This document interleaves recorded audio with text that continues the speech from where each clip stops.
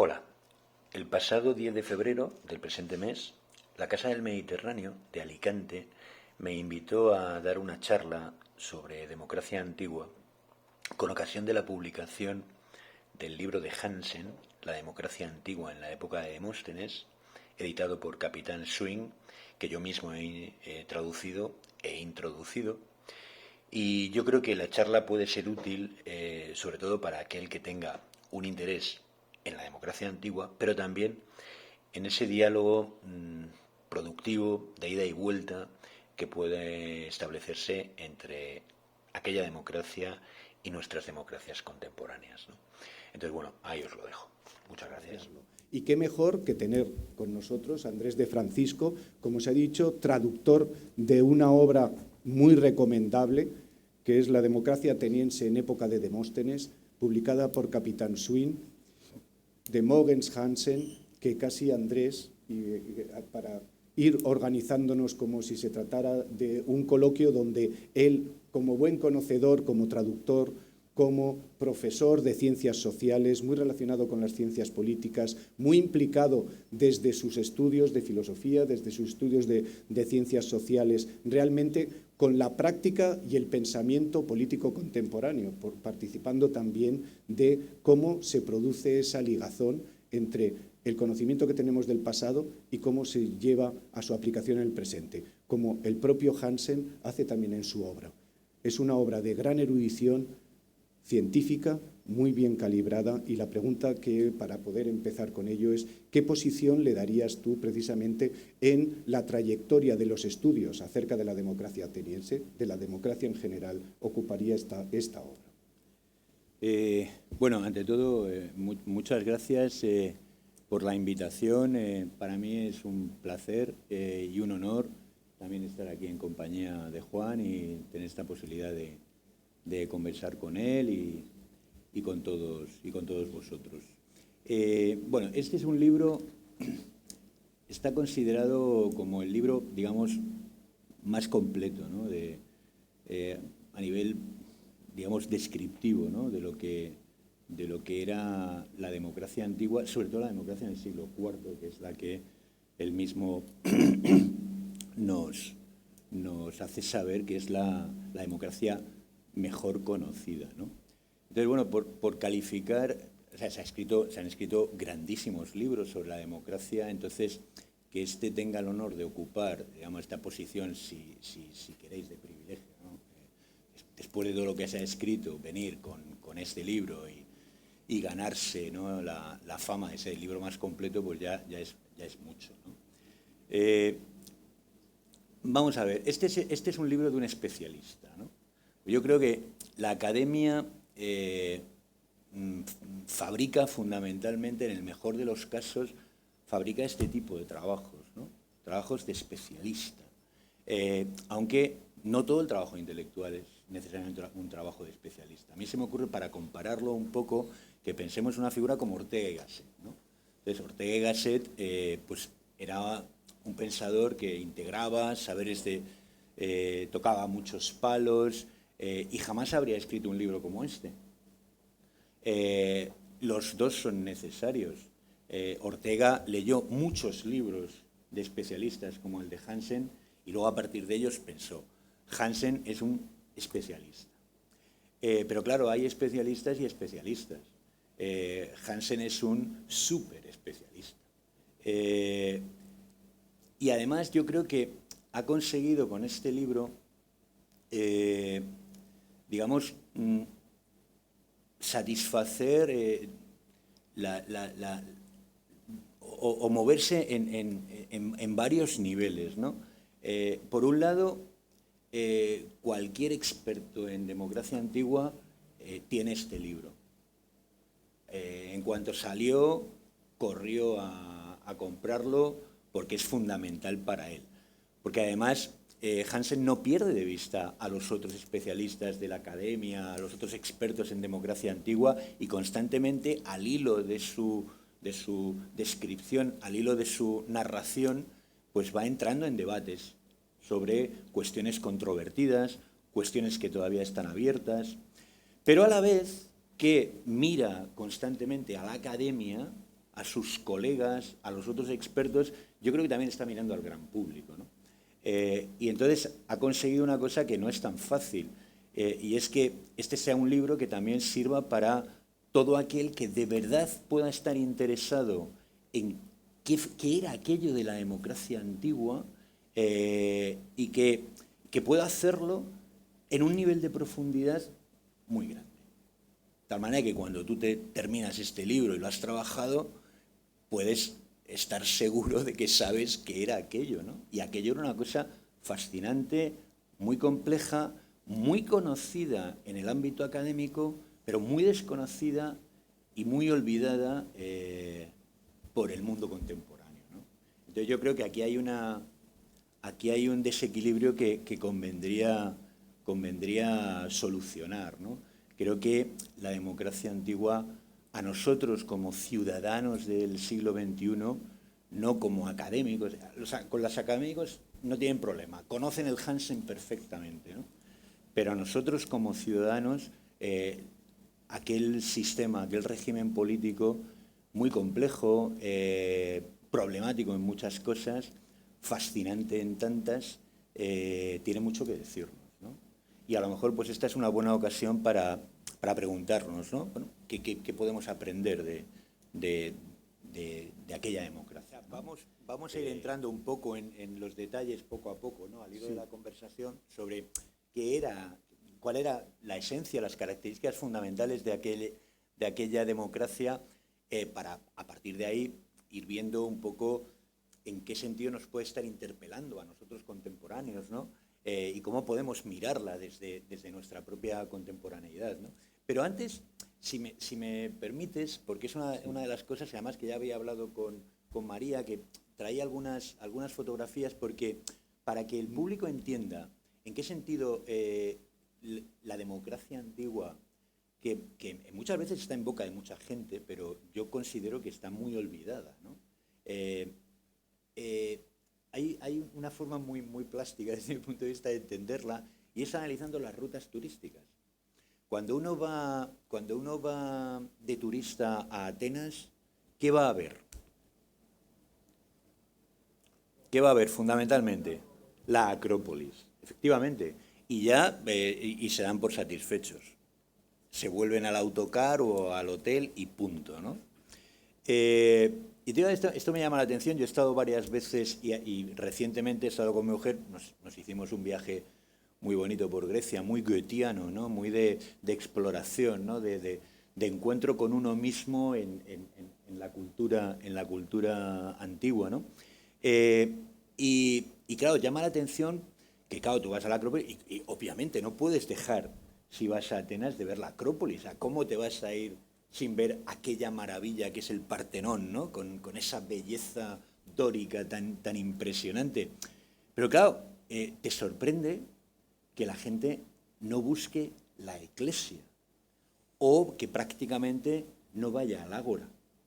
Entonces, claro, ¿esto qué significa? Y lo sorprendente, ¿puedo poner unas fotos? Lo sorprendente es que cuando llegas, te metes por el monte Pénix, que era donde estaba y está la asamblea, la antigua asamblea, la vieja asamblea, ¿no? Pues te la encuentras vacía. Ah, bueno, esperas.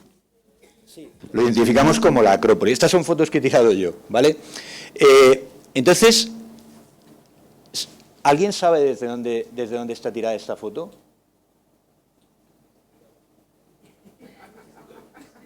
Desde la Eclesia. Pero a la Eclesia no va nadie. Entonces, claro, aquello era una asamblea que tenía un quórum de 6.000 ciudadanos. Imagínense. Y estos ciudadanos miraban hacia el este y estaban viendo a sus dioses. Y ahí residía Atenea, nada más y nada menos. Y Atenea no era una diosa cualquiera. Era una diosa de la inteligencia, pero también de la batalla. Y de la inteligencia en la batalla, porque este era un pueblo que lo agónico, lo competitivo de la vida se lo tomaba muy en serio, ¿no? Esta es la gran herencia aristocrática que también gestiona la democracia antigua. Entonces estaban mirando el Partenón desde la Iglesia. Y un poquito más arriba, en el norte, forman como una especie de triángulo, estaba el Ágora, donde hacían la vida los atenienses, donde discutían, donde estaban los grandes tribunales populares, multitudinarios tribunales. Entonces, para que se hagan una idea, ¿no?, de lo olvidada que está la democracia. ¿Cómo puedo...? Para acá, ¿no? Bueno, este soy yo. Esta es la tribuna, el bema, que se llamaba. Ahí hablaron los Pericles y, por supuesto, Demóstenes, que es el que da el nombre al siglo IV, que es el que Hansen analiza. ¿De acuerdo? Bien, la otra... Sí, la siguiente, sí hay 3 fotos nada más. Soy yo saltándome la ley, porque había una pequeña... Pero quería tirarme esa foto para mis alumnos en la facultad y lo he aprovechado. Entonces, bueno, eso es desde más lejos, pero esto ya es el espacio de la propia asamblea. Imagínense a los 6.000 atenienses sentados ahí escuchando a su Demóstenes. ¿Vale? Y hay otra que quiero... A ver, ¿ya no hay más? Bueno, pues es una foto desde aquí, esto es la iglesia, y está vacía. Esto es una foto, no sé, serían las 12 de la mañana, y está vacía. Es imposible ver la Acrópolis vacía. A esto nadie lo va a ver. Y es la gran asamblea, que era, digamos, el gran símbolo, ¿no? Democracia era, cuando se hablaba del demos, que era el demos en la asamblea, reunido en la asamblea. La participación política de un pueblo, de una ciudadanía que inundaba la asamblea.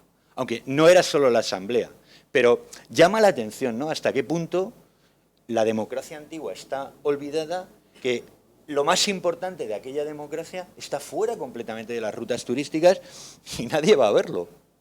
Es más, te podrías llevar un trozo de piedra, porque no está ni vigilada, ni está señalizada.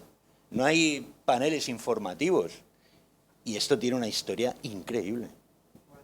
Esto tiene una historia increíble. O sea, lo que ha pasado aquí durante 150 años necesitaría una enciclopedia para contarlo.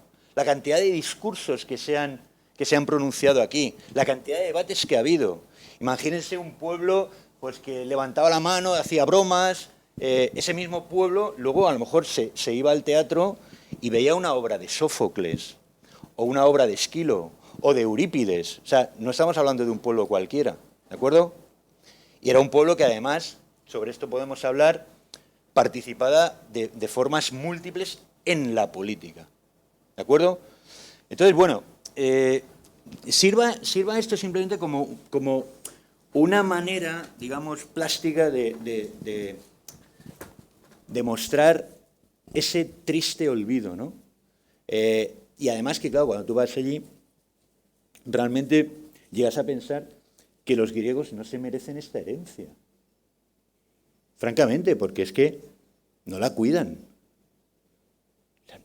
Pero vamos a ver, si es que aquí la gran cultura occidental que están haciendo aquí, que dio de sí la primera gran democracia, la más desarrollada, la más radical, bueno, pues esto está simplemente ahí, que incluso te cuesta trabajo encontrarlo. No es tan fácil, porque tienes que ir, ¿verdad?, por el Pénix. Tú también has estado, ¿verdad? Y no hay ningún cartel, iglesia, asamblea... En fin, bueno, y a partir de aquí, pues sí, o sea, obviamente, aquella democracia tiene rasgos que son muy, muy interesantes. Podemos ir hablando poquito a poco de ellos, porque claro, era un régimen complejo y efectivamente tiene muchas cosas que enseñarnos a nosotros, que vivimos en democracias muy distintas, con orígenes muy distintos y que de alguna manera están sufriendo también un deterioro. O sea, tú hablabas de Freedom House, hay mucha información, está también en el Instituto de Gothenburg, hay mucha información sobre las dos grandes tendencias que estamos sufriendo hoy en día, que es, por un lado, el aumento de los regímenes autocráticos directamente, o sea, democracias que caen, tiranías o autocracias que surgen, y luego el deterioro interno de la calidad democrática dentro de las democracias que todavía vigen y existen, ¿no? Entonces, bueno, pues en este contexto, ¿no?, digamos, en el cual la democracia ha sido una conquista, nuestras democracias ha sido también una conquista que ha supuesto mucho conflicto, mucha sangre, muchas luchas políticas, convendría que nos las tomáramos más en serio, la cuidáramos más y en esta línea, pues, coger, ¿no?, cierta inspiración de algo tan interesante como la democracia antigua, pues puede ser una buena idea, ¿no? A ir allí a inspirarnos. No a copiarlo, porque la distancia es tan grande. Nuestras sociedades son tan distintas a lo que era la sociedad griega de la época, que no se podría tampoco pretender copiar, pero sí considerarla como una fuente de inspiración, ¿no? Y entonces, bueno, pues sobre eso podemos ir, ¿no?, sí, porque, claro, desgranando. Parece que podemos empezar a hablar de cuál es el significado de democracia entonces, cuál es el significado ahora, cómo podríamos definir democracia. Claro, sí, esta es una pregunta y una cuestión fundamental, ¿no? Porque, claro, si yo salgo a la calle y pregunto, ¿usted es un demócrata? Sí. ¿Qué entiende por democracia? Bueno, pues gobierno del pueblo, votamos, tenemos representantes. Y con todas estas respuestas se está perdiendo lo que en origen fue el sentido de la democracia. En origen, es decir, los creadores crean la democracia con un sentido político muy claro, que está recogido en la definición de Aristóteles. Aristóteles define democracia. Aristóteles era un observador de la democracia del siglo IV, que es la que fundamentalmente analiza y describe Hansen. Y hago un paréntesis. Hansen considera que la democracia antigua es una realidad compleja y dinámica, que cambia con el tiempo, y que la democracia del siglo IV es menos gloriosa, es menos imperial, pero está más consolidada desde el punto de vista institucional, está más desarrollada, y tiene incluso sesgos liberales, más constitucionalistas, que la hacen, digamos, una democracia más segura. Por ejemplo, la asamblea está como más circunscrita, ¿no? Hay una más clara división de poderes, más existencia de equilibrios y contrapoderes. Pero bueno, dicho esto, Aristóteles, que estaba viendo esta democracia, define la democracia de una manera que en muchos casos sorprende.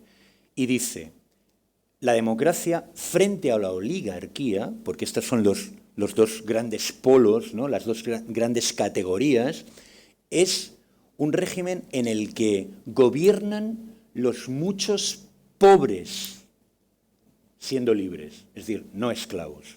Luego, si queréis, hablamos sobre el tema de la esclavitud y tal. Los muchos pobres libres. Y la oligarquía es el régimen en el que gobiernan los pocos ricos. ¿Qué nos está diciendo? Que este régimen tiene un componente de clase, tiene raíz social en la estructura de clases, ¿de acuerdo?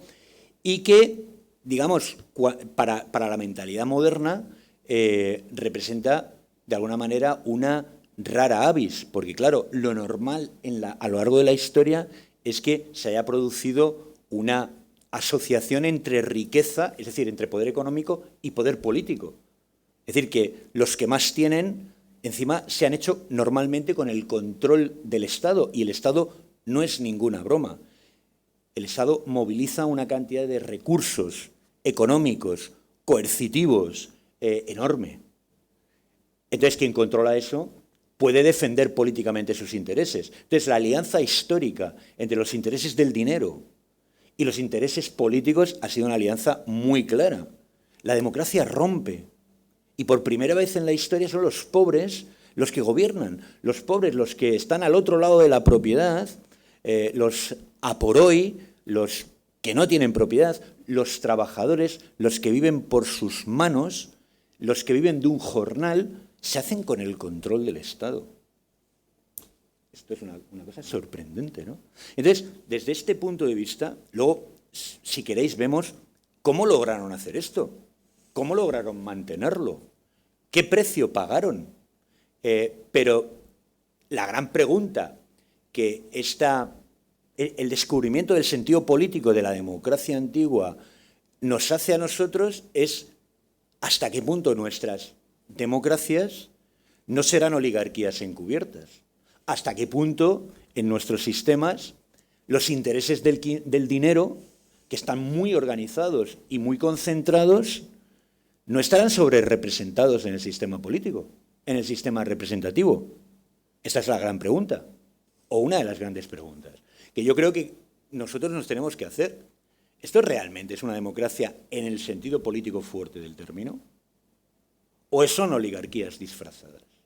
¿Quién manda realmente, no? Pero ellos, desde luego, tenían muy claro, y sus críticos más claro todavía, que allí mandaban los pobres. El demos en la Iglesia. Y ese demos estaba fundamentalmente a través de una serie de reformas, ¿no? Estaba constituido por la gente, digamos, del común. Hasta el punto de incluso los ricos se inhibían de la participación. Aristóteles en la política se lo recrimina. Oye, espabilad porque no podéis dejar, ¿no?, todas estas instituciones en manos de esta gente. Y claro, los críticos ya están organizando un poco la gran concepción peyorativa, crítica de la democracia como oclocracia, como gobierno de la chusma, ¿no? Entonces, claro, Aristóteles, que quería una cosa más intermedia, en todo caso una democracia más moderada, o un gobierno mixto que uniera oligarquía y democracia, lo que él entendía por república, pues les reclamaba esa participación también, que asumieran responsabilidades a los ricos y que no dejaran en manos de esta gente sin contrapeso el destino y las riendas del Estado, ¿no? Pero yo creo que esto es importante saberlo, ¿no? Democracia era esto. Es un régimen en el que los pobres, por raro que parezca, controlan el Estado. Y por lo tanto pueden defender políticamente sus intereses. Y claro, la democracia los beneficiaba. Por ejemplo, los impuestos, los pobres no lo pagaban. La isfora, que era el principal impuesto, lo pagaban única y exclusivamente los ricos. Luego la democracia era un régimen muy costoso. ¿Por qué? Porque pagaba. La ocupación de magistraturas estaba pagada. Si tú eras miembro del Consejo de los 500, cobrabas. Luego, finalmente, en el siglo IV, cobrabas incluso por asistir a la asamblea. Si eras un jurado en uno de los grandes tribunales populares, cobrabas. Entonces, esta es otra manera en la que el pueblo se benefició económicamente de la propia democracia. Las grandes liturgias, las grandes representaciones, los grandes festivales, el teatro, lo pagaban los ricos. Incluso competían entre ellos, ¿no? Y esto también es otro beneficio, ¿no?, que aquella democracia, generó para aquellos que controlaban la democracia, ¿no?, que era esta masa, ¿no?, Y ahí también los críticos vieron muchos problemas que tampoco hay que obviar, porque eso también tiene un lado, digamos, oscuro, un lado problemático, ¿no? Y yo, por ejemplo, que me interesa mucho esta dimensión política, me tomo muy en serio la crítica de Aristóteles a la propia democracia. O sea, un demócrata de hoy en día tiene que también saber cuáles son los riesgos de una democracia radical. Por ejemplo, el populismo, ¿no? Estamos hoy rodeados de populismo. La polarización. Bueno, pues esto también está ya visto por Aristóteles como crítico crítico inteligente, no un oligarca ni un déspota, no. Como un crítico inteligente, ¿por qué? Porque efectivamente las masas también se equivocan. Y hay decisiones apasionadas y puede haber un problema de cultura. Hay muchos problemas, ¿no? Porque al final no se trata tanto de quién decide, sino de que se decida bien. Entonces, claro, ahí la cuestión de la razón política es importante, ¿no? Y los pobres no tienen por qué tener siempre la razón política, por mayoritarios que sean. Este es otro de los grandes problemas, ¿no? Que está en la literatura y está con nosotros, ¿no? Que es el problema de la ilustración, ¿no? De la ilustración también de las creencias, de la formación de la ciudadanía. Lo hablábamos Juan y yo, ¿no? Porque estábamos muy preocupados como profesores por ver prácticamente a diario en la universidad cómo nuestros alumnos, a la hora de presentar un trabajo fin de grado, un trabajo fin de máster, claro, nos presentan cosas que tienen ya problemas estructurales en cuanto a la capacidad de expresión escrita. Y entonces, claro, estos son ya problemas que vienen heredados de la enseñanza media y que nosotros como profesores de universidad, claro, ya no estás a tiempo de corregir, ni tampoco es tu función. Entonces, claro, o sea, todo esto también tiene que ver, ¿no? con este problema, ¿no? de la racionalidad política, de la ilustración de las creencias, de la formación de la ciudadanía, ¿no? Lo que pasa que también es cierto que aquel pueblo, concretamente el ateniense, era un pueblo bastante culto.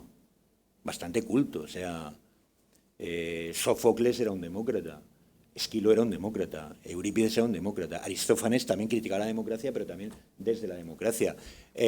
Oían a los grandes oradores en la asamblea, leían o alguien les leía a los que no sabían leer, pues todo lo que aquella democracia publicaba permanentemente.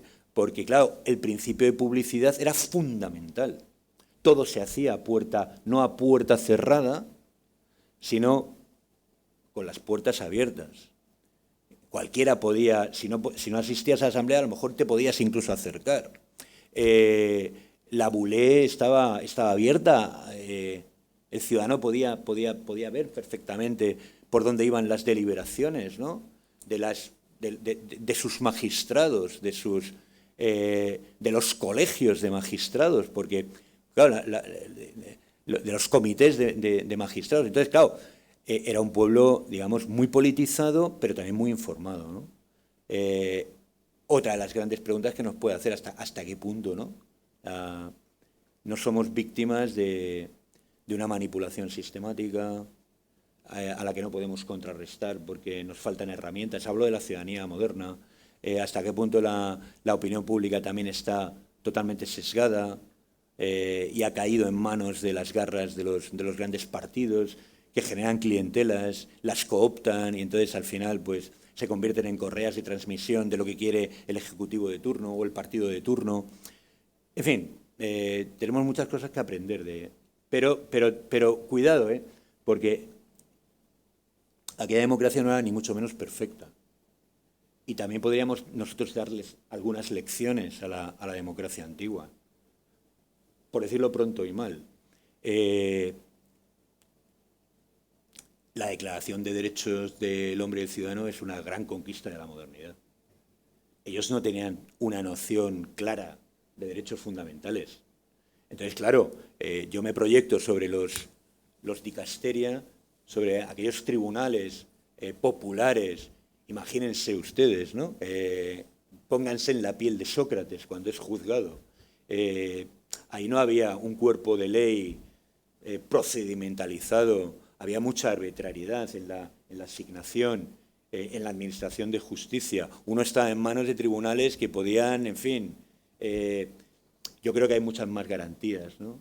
En el mundo moderno desarrollado de las libertades individuales. Tenemos conjuntos bien definidos de derechos constitucionalmente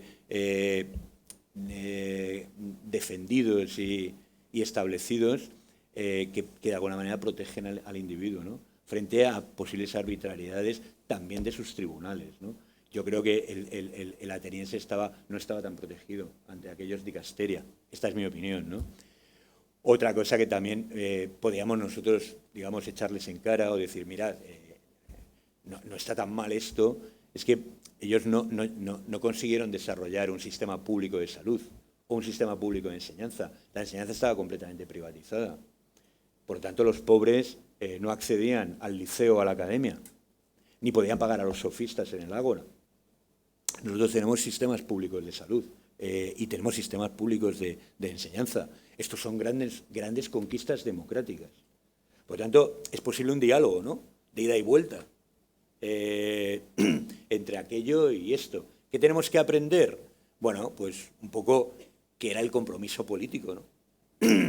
Que era una praxis activa, una vida activa y una vida política por parte de una ciudadanía muy comprometida, ¿no?, con la cosa pública.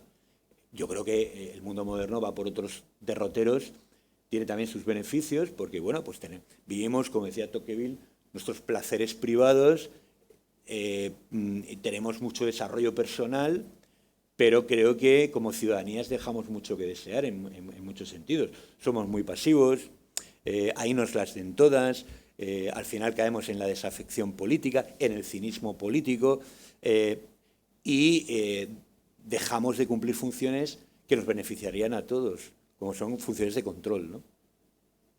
Y el control político era algo que el ateniense lo tenía muy claro. Había que controlar. Esto es muy importante, ¿no? La rendición de cuentas. Pero bueno, vamos a seguir hablando porque si no me cojo el carrete, y no lo suelto. Sí, está muy bien y lo tienes todo cuanto quieras. Bueno, pero si te vale de lo que podrías ya empezar a comentar, es cómo se participaba en la vida política. Sí, o sea, es que lo que has dicho es fundamental. O sea, ellos eran tan conscientes del peligro de que las élites volvieran a recuperar el poder que, claro, hicieron un diseño institucional muy claramente orientado a impedir ese retorno, ¿no?, de los ricos al poder, es decir, a la oligarquía. Entonces, claro, lo hicieron con varias instituciones y procedimientos que han terminado convirtiéndose en señas de identidad de aquella democracia. Pero una idea previa a esto es que, claro, el ateniense, cuando se habla de participación, claro, era un pueblo muy participativo. Incluso cuando ahora decimos, no, la democracia tiene que ser más participativa, normalmente solemos pensar en participar en la sociedad civil, en afiliarnos a un partido, en ir a más manifestaciones. No. Ellos la participación la entendían en un sentido completamente diferente. Participación como ocupación del Estado. Ocupación del Estado, es decir, ocupación de magistraturas. No solamente era participar en la asamblea, que también, y fundamentalmente. No. Es que eran los magistrados. Nosotros ahora lo que tenemos son cuerpos de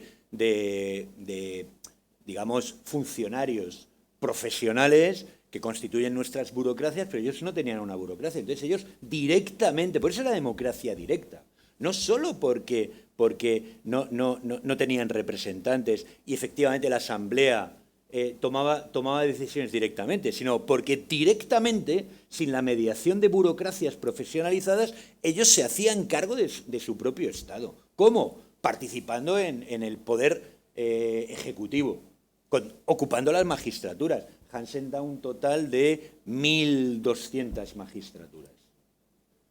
Tengamos en cuenta que eran ciudadanías que oscilaban entre los 30 a 40.000 ciudadanos. A veces menos, ¿no?, porque en la guerra muchas veces hacía deprimir el número de ciudadanos. Entonces, claro, mil y pico magistrados de 30.000 ciudadanos ya era un porcentaje muy alto. Pero es que luego los paneles de los jurados populares eran paneles de 501 o de 1.000 y pico o incluso de 4.000 jurados.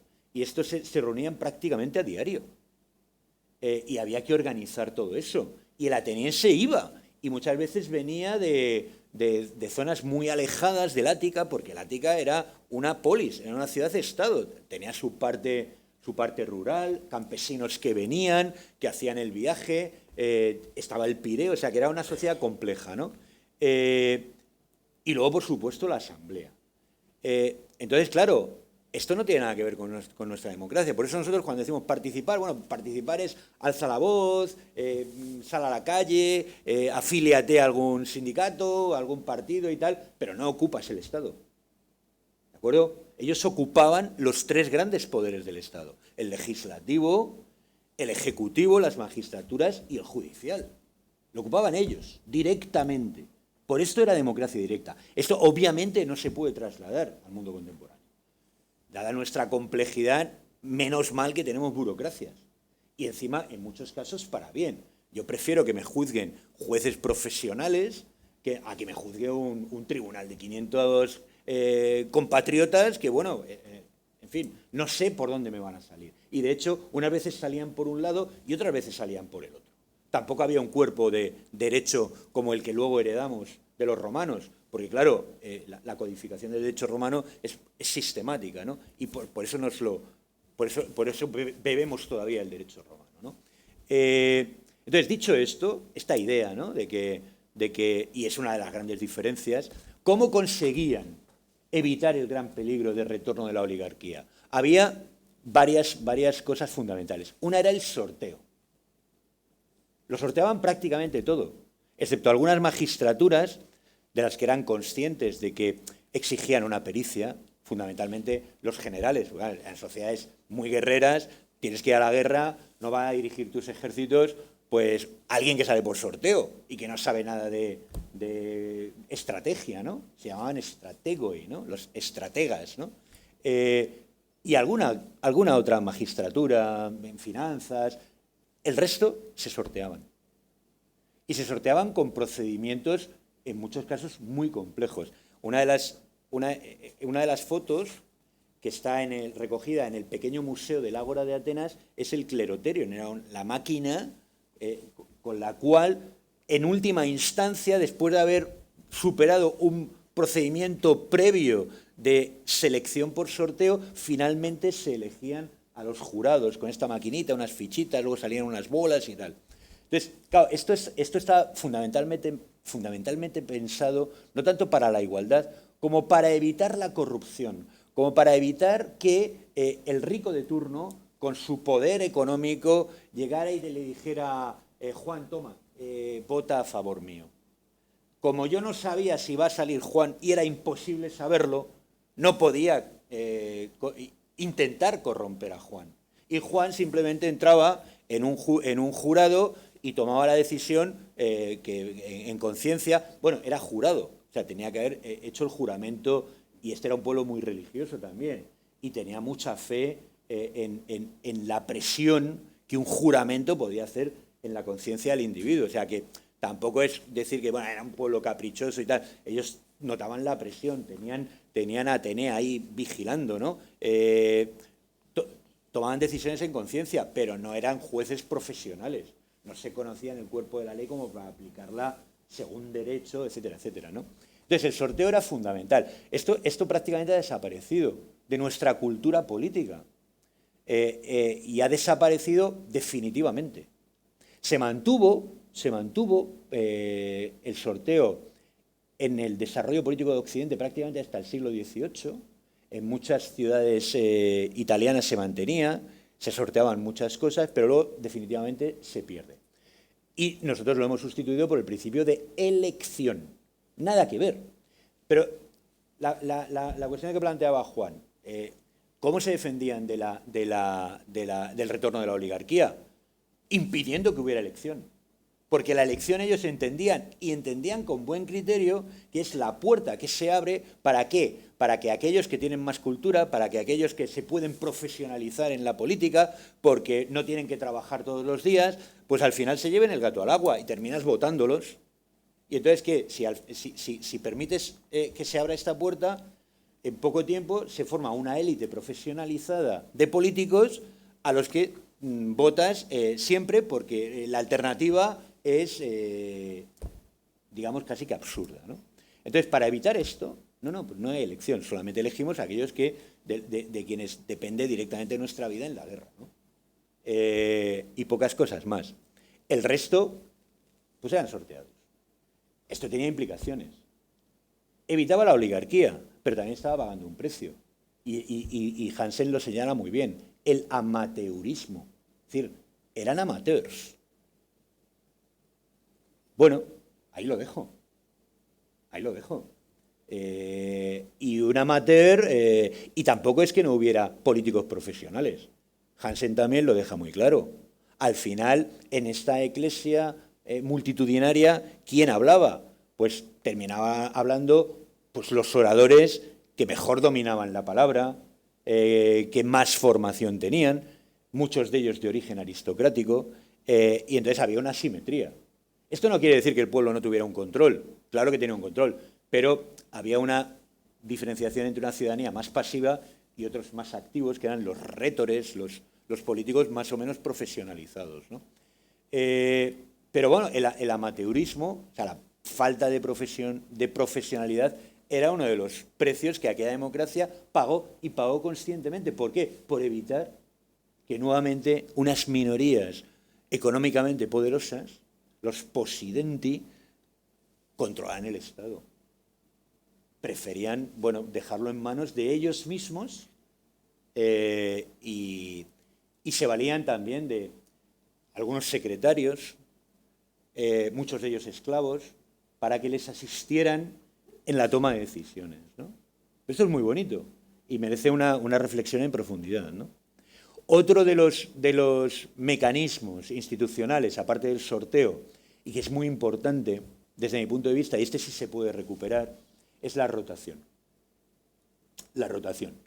La rotación es un principio republicano muy importante, que aquella república, porque aquella democracia era una república democrática, se aplicó de una manera absolutamente rigurosa. No podían repetir. Si tú ocupabas un cargo no podías repetirlo. Al menos tenías que dejar pasar, no sé. Además había brevedad de mandato. Y además estaban muy distribuidos, ¿no? Entonces, esto hacía, por un lado, que la mayor parte de los ciudadanos atenienses ocuparan alguna magistratura a lo largo de su vida, pero evitaba la formación de clientelas y, digamos, la profesionalización, el mantenimiento de una persona en el cargo, ¿no? Que es justo todo lo contrario de la tendencia estructural de los sistemas políticos contemporáneos. O sea, aquí la gente se agarra al puesto, vamos, con uñas y dientes, ¿no? Luego, otro aspecto muy importante era lo que ahora se llama la accountability. Es decir, el que los políticos estuvieran sometidos a control permanente. Antes, las doquimasías, y después, las eucinae, es decir, las rendiciones de cuentas, propiamente dichas. Y había otros muchos mecanismos que hacían sentir y saber al político que, por muy amateur que seas, esto es una cosa seria. Y hacían que la política fuera una actividad peligrosa. Es decir, que el político asumía serios riesgos, porque podía ser severamente castigado si hacía algo que el propio pueblo, a través de sus múltiples mecanismos de control, consideraba que atentaba contra las leyes, que no favorecía al pueblo, que era una decisión errónea. Es decir, hacía que los políticos fueran extraordinariamente responsables. Otra de las cosas que desde mi punto de vista adolecen de su falta, ¿no? Adolecen las democracias modernas. O sea, realmente, ¿qué políticos esto también lo estábamos hablando, qué políticos se responsabilizan de sus errores? Yo estoy personalmente muy indignado y hablo, en fin, desde la izquierda. Estoy muy indignado con lo que está pasando con la ley del solo sí es sí, pero verdaderamente muy indignado. Es de las cosas más graves que he visto yo desde que tengo uso de razón democrática. Van ya 500, ¿no?, rebajas de penas. una ley que supuestamente protege a la mujer. ¿Alguien ha asumido alguna responsabilidad? ¿Qué tiene que ocurrir aquí para que alguien asuma una responsabilidad? Miren, esto estaba completamente fuera del imaginario ateniense. O sea, si eso ocurre allí, el Ministerio de Igualdad es ostraquizado. Lo mandan al exilio. O lo condenan, yo qué sé, una condena severísima, ¿no? Aquí no. Y entonces, bueno, pues se impone, claro, como tampoco existe este control directo de la palabra, pues bueno, pues todo es una lucha por el relato y a ver si cuela. Y a ver si cuela. En una consideración de la ciudadanía que yo imagino que estará basada en la falsa creencia de que la ciudadanía es tonta. Esto tampoco se lo podía permitir un político ateniense. Ese pueblo no era tonto. Podía ser injusto, podía ser radical, pero luego de tonto no tenía un pelo. Y era demasiado cercano. Entonces, la política como riesgo, y es una de las cosas que sorprenden a los expertos en esta democracia. ¿Cómo, siendo tan peligroso ser político? Porque hasta Pericles fue sometido a un juicio político. Arístides el Justo fue sometido a juicio político. A muchos se los condenó a muerte, muchos en ausencia y otros en presencia. ¿Cómo es posible que siendo tan arriesgado, sin embargo, fuera un pueblo tan político? Esta es una de las grandes paradojas, ¿no? Pero vamos, en cualquiera de los casos es admirable, ¿no? Y es una de las grandes lecciones que tienen que darnos. Aquel pueblo estaba politizado y ejercía efectivamente el control sobre la cosa pública y sobre aquellos que ocupaban cargos. Porque de las decisiones que estos magistrados o los propios rέτores que proponían algo en la asamblea, dependiendo de aquello que proponían, pues así la propia ciudadanía o la propia sociedad ateniense pues mejoraba o empeoraba, o sea, les iba mucho, ¿no? en ese propio control. Bueno, yo creo que estos son, para recordar, sorteo, rotación, ocupación directa de cargos y control político, son las grandes señas de identidad de aquella democracia, ¿no? De las que, insisto, mucho tenemos que aprender, porque nos inhibimos, nos desentendemos. Y claro, pues muchas veces pasa lo que pasa. O dicho de otra manera, que pase lo que pase, siguen ahí. Bueno, sí, subrayo lo que has dicho, que es muy importante, porque claro, yo me he centrado en el control y en las sanciones negativas, ¿no? En el castigo. Efectivamente, o sea, si te equivocabas, e incluso muchas veces sin equivocarte siquiera, podías ser juzgado. O sea, no era un sistema perfecto, ni mucho menos. Pero es verdad, y es tan importante, esa combinación de castigos y recompensas, ¿no? Y sobre todo de reconocimiento al mérito. Porque también, digamos, la tradición aristocrática, ¿no? Esta idea del arete, del trabajo bien hecho, es algo que también pertenece desde antiguo a la cultura griega, y la democracia también intenta sintetizar este valor, ¿no? Y entonces, claro, reconoce, hay coronas honoríficas al mejor rétor del año, y todo esto lo valoraban. Era un pueblo muy competitivo, muy meritocrático en este sentido, y entonces gustaba de reconocer el valor también de los políticos. Pero esto no quita para que el político supiera el riesgo que corría, ¿no? De ser severamente castigado, ¿no? Con respecto al tema de los esclavos, sí, o sea, esta es una de las cosas que, bueno, también aprovecho, ¿no? Que es algo en lo que me detengo en la introducción, porque claro, normalmente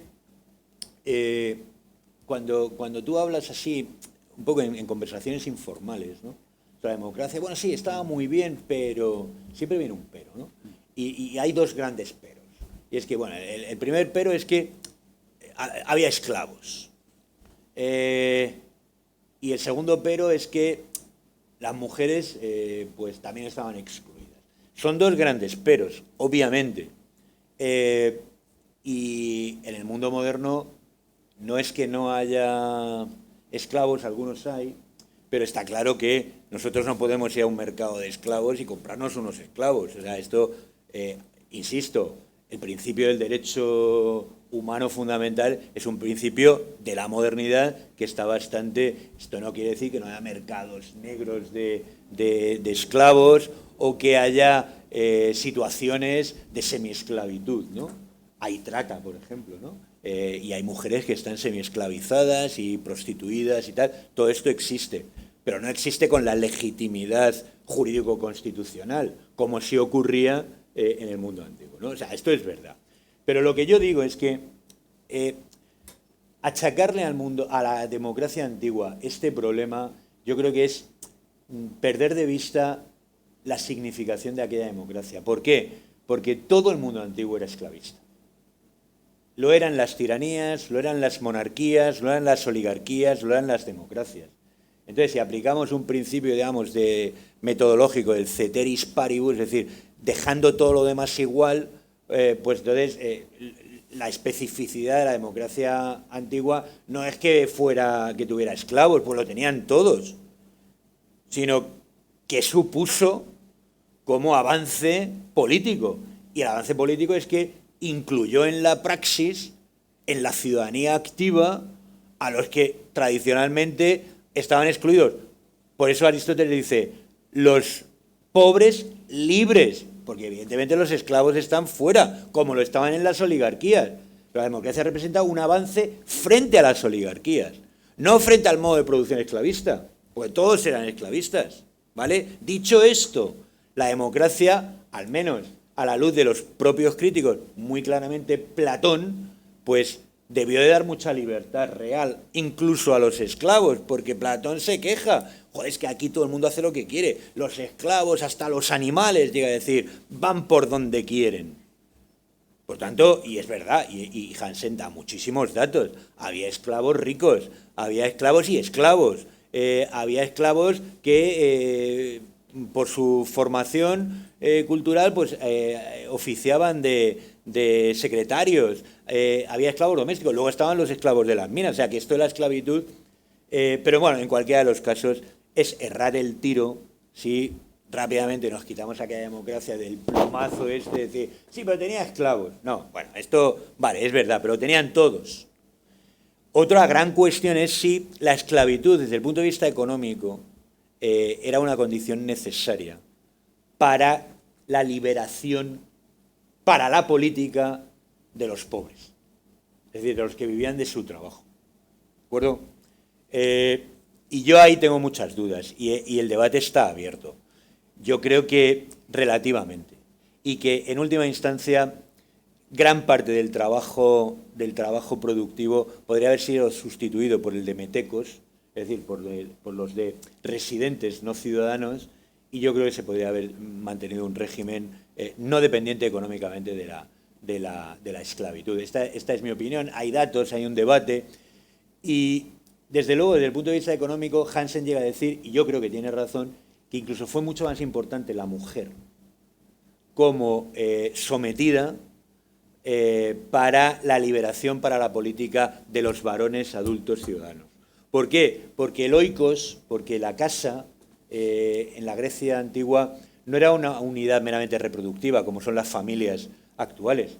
En las familias simplemente pues nos reproducimos, criamos a nuestros hijos y tal, pero no trabajamos en casa. Trabajamos en la empresa, trabajamos en la universidad, vamos fuera. El oikos era también unidad productiva y la mujer realizaba labores productivas, a excepción tal vez del trabajo de arar, hacía muchas cosas. Entonces, como estaban excluidas de la participación política, pues Hansen llega a decir que eran, desde el punto de vista económico, más importantes para esta democracia que los esclavos, ¿no? Pero sí, indudablemente había esclavos, ¿no? Y en favor de la democracia hay que decir no solamente lo que ya he dicho, sino fundamentalmente, y creo que es también muy importante, que el trato que seguramente dio Atenas a sus esclavos, quitándolos de las minas de plata del Laurión, era un trato bastante avanzado. Era una sociedad muy liberal, en muchos sentidos. Y es uno de los grandes aciertos también del libro de Hansen, el haber puesto, digamos, el dedo en este asunto. ¿Por qué? Porque normalmente el mundo antiguo, en fin, no me voy a poner pedante con citas y tal, ha considerado que la libertad de los antiguos y la libertad de los modernos es muy distinta, ¿no? La libertad de los antiguos pues no tenía un concepto de libertad personal, era todo libertad política, el individuo estaba subsumido en el Estado. Bien, esto podría valer para Esparta, pero no valía para Atenas, ¿no? Y en el célebre discurso de Tucídides, atribuido a Pericles, Pericles lo deja bien claro: levantaos atenienses porque habéis vivido como habéis querido y habéis podido, digamos, satisfacer vuestros placeres privados, ¿no? Entonces, en este sentido, una sociedad muy liberal, muy avanzada, tenía un concepto de bien privado muy parecido al que podemos tener nosotros, diferenciaba muy claramente entre lo privado y lo público. Entonces, bueno, en este sentido, no... y claro, también eran muy liberales con sus metecos y incluso con sus esclavos, ¿no? Una sociedad, si queréis, para lo que era el mundo antiguo, una sociedad abierta, ¿no? Datos. O sea, este es un libro que, si os animáis a leerlo, si os interesa y tal, hay que...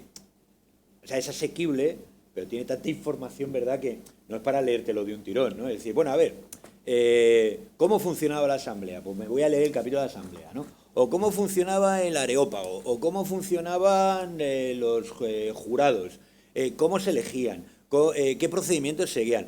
En fin, poquito a poco, capítulo a capítulo, ¿no? Y claro, entre la muchísima información que da es la que tú estás, y que es muy importante, la que estás comentando, ¿no?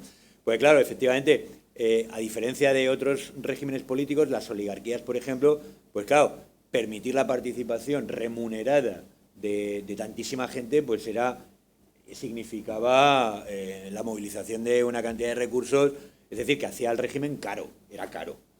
Pero uniendo todo el presupuesto, digamos, estrictamente político, era una pequeña parte siempre con respecto al presupuesto bélico. ¿Por qué? Porque era la guerra lo que detraía y lo que vaciaba las arcas del Estado. Y de hecho, claro, esta es una democracia que dura casi 2 siglos. La guerra del Peloponeso es crucial, es crucial. La guerra del Peloponeso, que acaba en la ruina de Atenas, en una crisis política de dimensiones, en fin, enormes, con 2 reacciones oligárquicas, y luego la que nace de aquello es una democracia ya distinta, que aprende muchas lecciones, menos belicista, ya ha perdido el imperio. Entonces, claro, la guerra, y particularmente la guerra del Peloponeso, porque las guerras médicas tienen otra dimensión, favorecen mucho el propio advenimiento de la democracia, porque, claro, alza prima la importancia de los remeros cuando la guerra se desplaza de tierra, sobre todo en la batalla de Salamina, al mar. Los remeros, que eran, digamos, las clases más populares, el proletariado antiguo, cobra una importancia militar que no tarda en traducirse en importancia política, y por eso, al final, los pobres terminan haciéndose con el control del Estado, porque su importancia militar ha aumentado como resultado del propio desenvolvimiento de la guerra, de las guerras médicas contra los persas. Pero la guerra del Peloponeso es una guerra civil entre griegos que desangra completamente a Atenas, y bueno, pues en gran medida, en fin, bueno, ocurren muchas cosas, ¿no? Ocurren muchas cosas, pero desde luego económicamente queda muy disminuida, ¿no? Pero sí, efectivamente, la guerra era pues lo verdaderamente costoso de aquella democracia, ¿no? Muy bien, pues ahora, como habíamos anunciado al principio, vamos a dar voz a quienes han asistido por si quieren participar, dudas. Pues buenas tardes, gracias por esa introducción y la charla tan interesante sobre la temática. Como habéis referido a los 2 peros, los últimos, desde la vista crítica o negativa, mencionando la esclavitud, que, por cierto, bien dicho, has dicho que sí, todos lo tenían, que no es un factor realmente de crítica. Yo creo que faltaba un tercer pero. De que hemos hablado de se financiaba todo esto, tenía sus gastos y tal, y un gran parte tenemos que recordar que todo lo que leemos, los fuentes que tenemos, es de la vista de los atenienses, o la gran mayoría. Nunca se escucha la tercera parte, y digo tercera porque, claro, la segunda es el Esparta, ese antagonismo, pero el factor del imperio, porque has mencionado 2 o 3 veces la palabra imperio, sin dar igual un poco de explicaciones para algunos que asisten, que acuden y no tienen esa imagen. Tenemos que recordar que Atenas, empezando con una alianza al inicio, la Liga de Delos, que es como yo podría decir la OTAN de la antigüedad, se convierte esa liga de aliados en un imperio donde al final los aliados que al inicio contribuyen en la esfuerzo militar tienen que pagar, ¿no? Y los pagos esos llevan a Atenas. Y yo personalmente creo que una gran parte también de la financiación de la democracia, del lujo de democracia, no solo se basa a labor de los esclavos, pero sino un gran parte también al dinero de los aliados que en algún momento ya no son aliados, sino sujetos. ¿O me equivoco? No te equivocas en absoluto. O sea, Atenas ejerce la hegemonía, ¿no? En el sentido clásico del término. El mando sobre las poleis satélites que forman parte de su imperio. Y esto favorece naturalmente y supone un flujo de ingresos muy claro. Claro, el tesoro de Atenea estaba en Atenas y los dineros del imperio lo gestionaban. Aparte de que incluso Atenas se convirtió, porque claro, el tribunal de apelación estaba también en Atenas y esto generó toda una industria alberguera.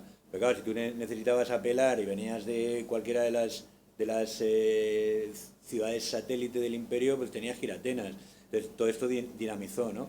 Y luego hubo confluencia de intereses económicos por parte de las élites, precisamente porque había un imperio que gestionar, seguramente. Y luego también, una de las consecuencias perversas de la guerra del Peloponeso es que la convergencia de intereses en el imperio se rompe.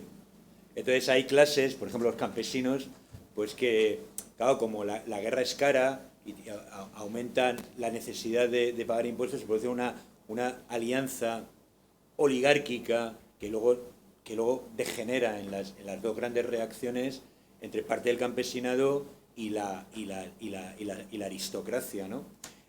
Pero, por ejemplo, los industriales y los comerciantes seguían queriendo que Atenas mantuviera su imperio, ¿no? Aun al coste de la guerra. Entonces, claro, esto es un tema muy, muy complejo y muy importante. La democracia del siglo IV es una democracia mucho más pacificada, ¿no? Menos gloriosa. Falta el imperio, pero también te está contestando un poco a ti. O sea, la democracia del siglo IV está contestando a tu pregunta.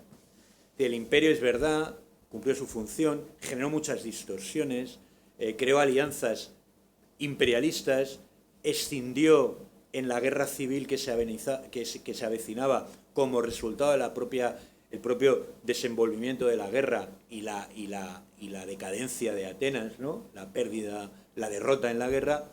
Todo esto es verdad, pero el siglo IV lo que te dice es que podía haber democracia igualmente costosa e incluso más costosa, porque el mistos, es decir, la paga por la asistencia a la asamblea, es del siglo IV, no es del siglo V.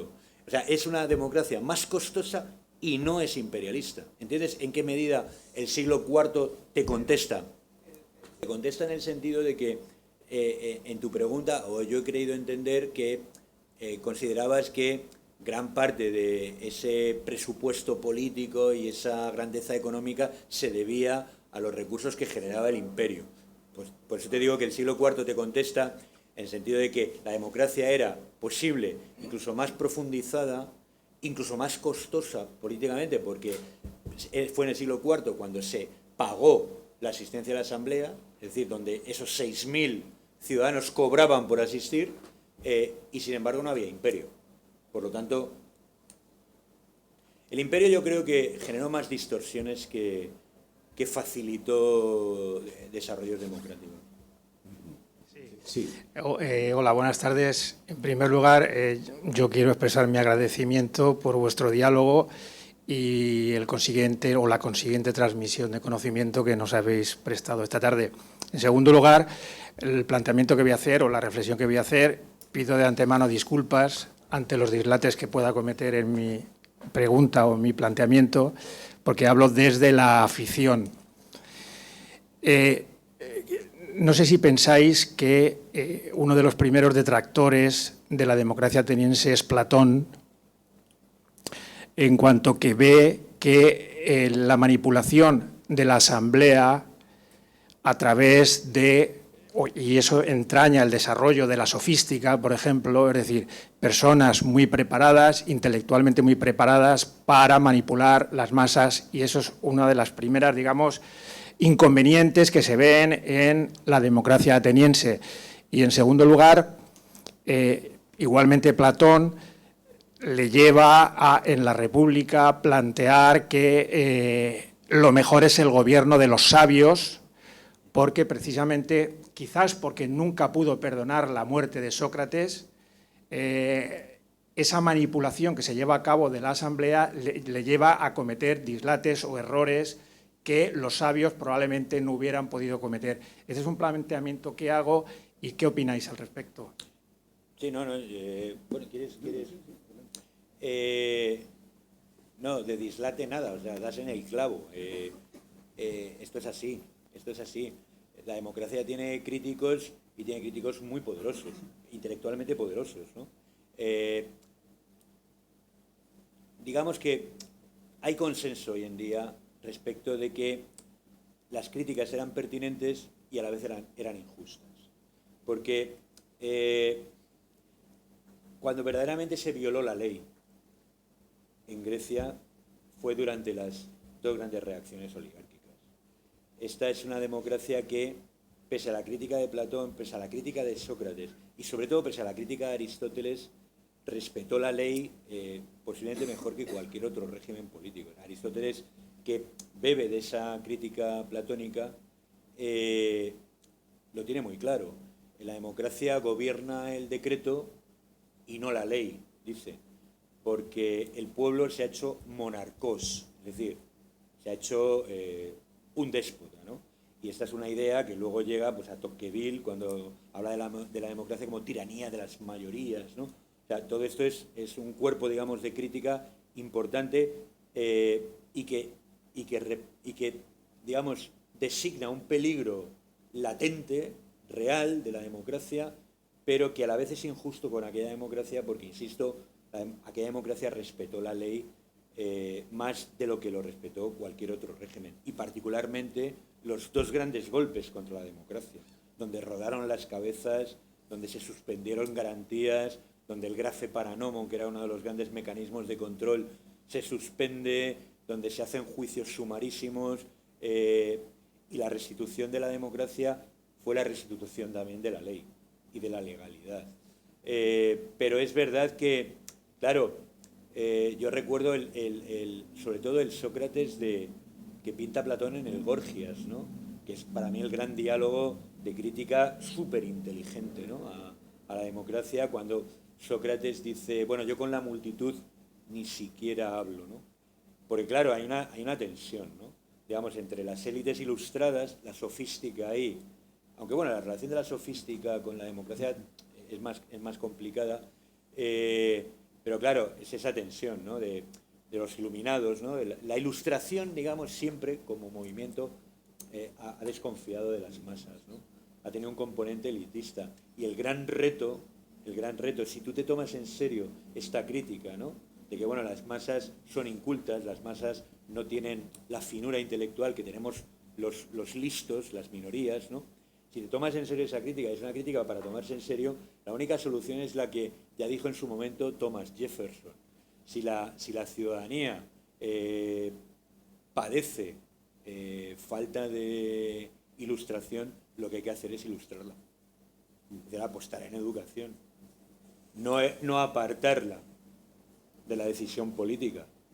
Pero para tomarte esto en serio, tienes que tomarte también en serio la crítica ilustrada a aquella democracia, ¿no? Por más que aquel pueblo fuera un pueblo en otros sentidos muy ilustrado, pero la masa ya se sabe, ¿no? La masa cuando se reúne, pues puede ser manipulada. Y Hansen no descarta esa posibilidad de que los grandes oradores al final manipularan a las masas, ¿no? Reunidas en la asamblea. O que, yo que sé, un defensor hiciera un gran discurso y convenciera a un tribunal popular masivo, ¿no? Entonces yo creo que esto es importante. Hay una tensión, ¿no?, entre ilustración, que tiende a ser minoritario, y democracia, ¿no?, que es, por definición, mayoritaria. Pero yo insisto, si esto nos lo tomamos en serio, la solución del demócrata no es como Aristóteles, bueno, apartemos, ¿no?, apartemos a las masas, apartemos al proletariado, sino ilustremos al proletariado, ¿no? Buenas tardes. Buenas tardes. Al hilo de lo que están diciendo, ¿hasta qué punto esa democracia, esa tan vulnerable, no la podemos aislar sin el liderazgo de algunas personas, como usted ha mencionado a Pericles, por ejemplo, el Tucídides en la guerra del Peloponeso? El discurso fúnebre de Pericles es uno de los textos más bellos que nos ha dejado la antigüedad sobre democracia. Pero hubo otros líderes que no fueron Pericles. Ellos mismos se escandalizaban cuando oían a Alcibíades y decían: ¿cómo nos va a gobernar a nosotros? ¿Hasta qué punto, incluso en una democracia tan consolidada, no está al pairo de que líderes pueda haber, porque los hubo negativos? Y como en prácticamente 3 generaciones se pasó de aquellos hombres Caloi, Kai Agazoi, que decía Platón, pasando ya ese siglo V maravilloso, y en el siglo IV esos líderes tan consistentes como Pericles desaparecen y quizá languidece la democracia. ¿No será que también necesita, aún habiendo cultura democrática, de unos líderes que puedan incidir bien en esos sistemas? Sí, aquí hay, claro, yo creo que tocas un tema fundamental, que es el del liderazgo. Según te estaba escuchando, estaba pensando en uno de los grandes, digamos, debates que hay sobre este tema dentro de la academia, ¿no? Entonces, recuerdo, por ejemplo, Finlay, que es alguien muy influido por Max Weber, que, sin embargo, frente a Max Weber dice: no, pero cuidado, porque la forma de dominación en Grecia no estaba basada en el liderazgo carismático, que es un poco por donde tú vas. Es verdad que Pericles tenía ese liderazgo carismático porque en su persona sintetizaba muchas tendencias, digamos, que podían tensionar, ¿no?, dentro de la propia democracia. Y que, muerto Pericles, la democracia se queda muy huérfana, ¿no? Pero luego también hay mucho debate sobre los líderes subsiguientes, ¿no? Por ejemplo, Tucídides con Cleón es tremendo, ¿no? Pero bueno, hay opiniones, ¿no? Claro, hay una mirada también más elitista, porque Pericles es un almeónida y como tantos otros, pertenece a la aristocracia. Cleón no, Cleón pues, pertenece al pueblo, ¿no? No recuerdo qué era Cleón, si un artesano o en fin. Pero bueno, este es un debate abierto. En cualquiera de los casos, yo creo que tiene razón Finlay en el hecho de que liderazgo carismático, tal como lo entendemos nosotros, no era lo fundamental, por importante que fuera la existencia de grandes líderes. ¿Por qué no era liderazgo carismático? Porque había otro tipo de racionalidad política, una racionalidad democrática, porque incluso Pericles tenía que ser elegido como estratega, y lo fue sucesivamente, pero tenía que ser elegido. Y no te iban a elegir si no tenías mérito, porque la Asamblea seguía siendo soberana, porque los tribunales no los controlaba Pericles, ni mucho menos. De hecho, fue sometido a juicio. Entonces, un liderazgo carismático es un poco, claro, en la República de Weimar ahí sí que explota, ¿no? Con la crisis de la democracia, ya están los Carl Schmitt y todo el discurso, digamos, que se abre camino precisamente a partir de la crítica a la democracia representativa. ¿Por qué? Porque esa democracia no puede resolver la cantidad de conflictos que se están produciendo, y entonces necesitamos un poder con una capacidad de decisión y con una conexión directa con un pueblo más o menos amorfo al que le liga tu carisma, ¿no? Y el pueblo se te entrega. Esto no es lo que pasaba ni siquiera con Pericles, ¿no? De hecho, el propio Platón, en el Gorgias, dice, no voy a hablar de los malos líderes, voy a ponerme en la mejor situación, voy a hacer la mejor descripción de Atenas, voy a hablar de los Pericles y de Nicias, de los grandes líderes. Bueno, pues aún así viene la crítica, ¿no? Que es la crítica según la cual, bueno, pues esta democracia en el fondo era una democracia que tenía un componente populista porque halagaba el oído del pueblo demagógicamente y no enseñaba al pueblo a ser en la ciudadanía, ¿no? Y esta es la gran apuesta de Platón, esta concepción de la pedagogía política como algo que es fundamental en el Estado, ¿no? El Estado no se tiene que inhibir, sino que tiene que ayudar con sus leyes a formar los mejores ciudadanos, hacer que seamos buenos. Y esta es la gran crítica que le hace Platón en boca de Sócrates. Vosotros no estáis enseñando, estáis simplemente regalando el oído al pueblo y haciendo que se cumplan sus deseos. No estáis intentando educar sus deseos, ¿no? Y eso Pericles. Pero tienes razón, el problema del liderazgo es muy importante.